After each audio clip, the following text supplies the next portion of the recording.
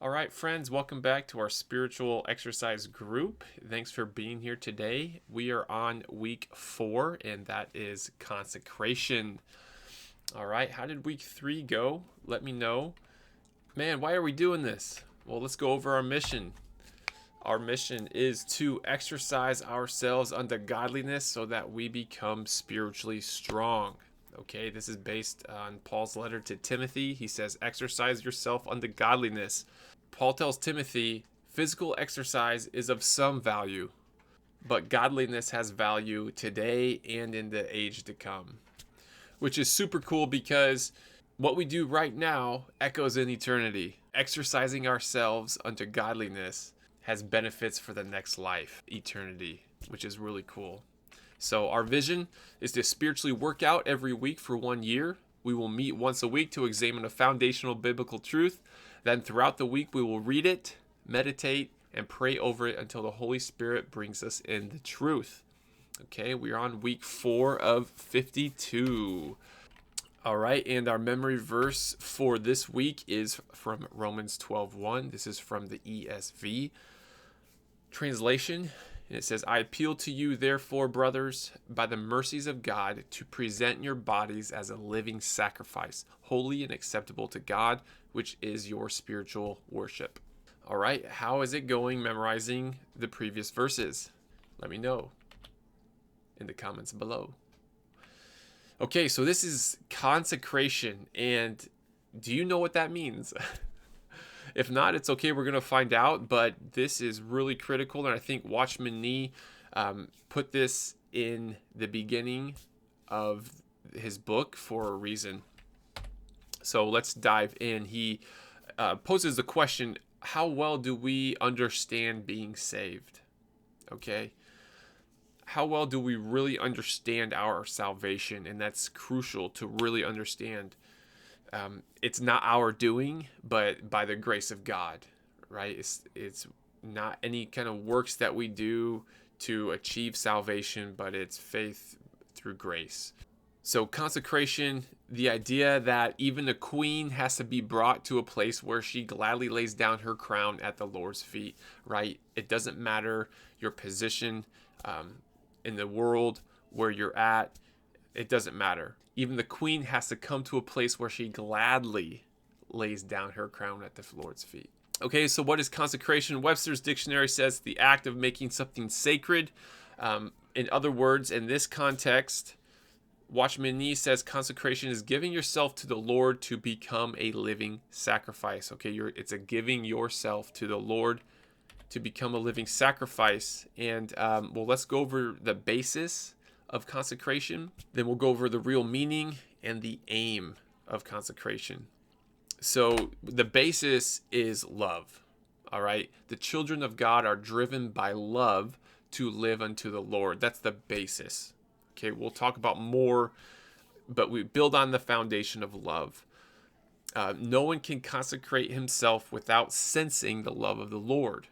Okay. With love as the foundation, next, as part of the basis of consecration, is we were bought with a price.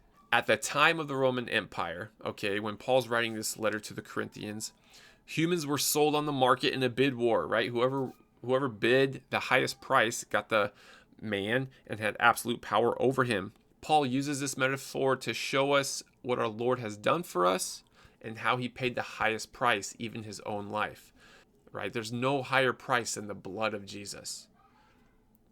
And he paid that price for us. So we are no longer our own.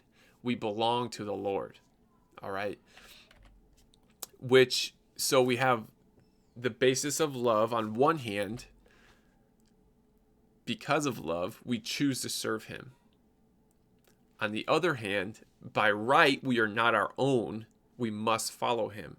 Okay, this is the basis of consecration, which is fully giving yourself to the Lord, to serve the Lord. The love that drives us, and we are not our own. Okay, that's the basis. Well, let's go over the real meaning of consecration. So after being constrained by love, seeing the Lord's right to us, there is one more thing a believer needs to do for consecration. Okay, He quietly sets himself apart from everything in order to be wholly the Lord's. All right, that's huge. He quietly sets himself apart from everything in order to be wholly the Lord's. Watchman Nee considers this an anointed office that is serving the Lord, right? It's consecration, serving the Lord with our lives. That is an anointed office.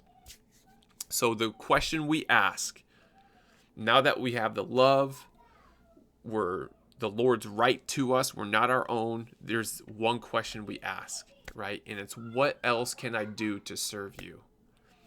What else, God, can I do to serve you? From now on, no one may use my hands, feet, mouth, or ears, for these are to do your works, my feet in your way, right? My mouth sing your praise, my ears listen to your voice. Wholly yours. That's the question we ask, is what else can I do to serve you? Ask the Lord that consistently. Okay, so what's the real meaning of consecration? It's more than love, more than the purchasing. It's the action which follows the love in purchasing. Okay, so we're driven by the love. Jesus bought us with a price, his own blood. We're wholly his, right? And now it's the action. This is the consecration, is the action that follows the love and the purchasing. And the action is, hey, I am yours. I'm your servant. I'm here to serve you. What can I do to serve you, Lord?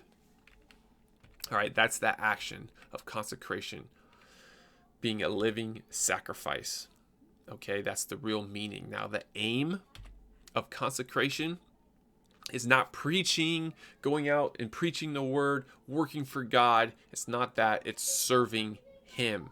Okay, and Watchman Nee puts service in the sense of waiting on. Okay, so we're waiting on God. If he wishes us to stand, we stand. If he wishes us to wait, we wait. Run. We're serving him. We're waiting on him. So we need to learn to wait on God. We offer our bodies that we may be those who serve. Okay, our bodies or our lives. It's a total shift in perspective. We must serve God for life. Okay? Wow. That is what we are to do. Serve God for life. Because it's driven by the love. We know that we've been bought at the highest price. We now must serve God for life. So Watchman Nee, I love how he puts this. So when medical doctors become a Christian, their medicine recedes from his vocation to being his avocation, which is a minor occupation or a hobby, right? Whew. So serving God becomes the major job. So like doctors are no longer, their main occupation is medicine. Their main occupation, if they're Christian, is serving God. Their minor occupation is being in medicine. So the Lord permitting, I can do these things, right? A medical, etc., to work to maintain a living, but should not make it my life work. Okay, an example, disciples were fishermen. They gave that up, but they later on fished at some point in their life again, but that was their hobby or their minor occupation. Their main occupation was serving God. I'm a teacher, right? That's my occupation, but that's my minor occupation. Okay, my major occupation, what I do is I serve God first. Okay, that's a total shift in perspective, because you say, oh, well, I'm a teacher. No, I serve God. I'm a Christian, right? And my minor occupation is, my side hustle is being a teacher. Okay, so this is a great prayer that Watchman Nee posts at the end of the chapter. In consecration, our prayer is this. And when you pray this, guys, pray this from your heart to the Lord, right? This isn't just some methodical thing that you're supposed to do and then magically something will happen, right? I like this because pray this from your heart. Oh Lord, you have given me the opportunity and privilege to come before you and serve you. Lord, I am yours. From now on, my ears, hands, and feet, being bought by the blood, are exclusively yours. The world can no longer use them, nor I will use them either. In Jesus' name. That's the aim of consecration.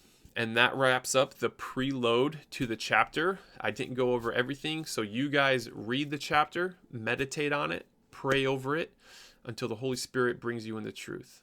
Okay, and I say this all the time, but it's all about getting in the quiet place before God, talking to Him, building that relationship.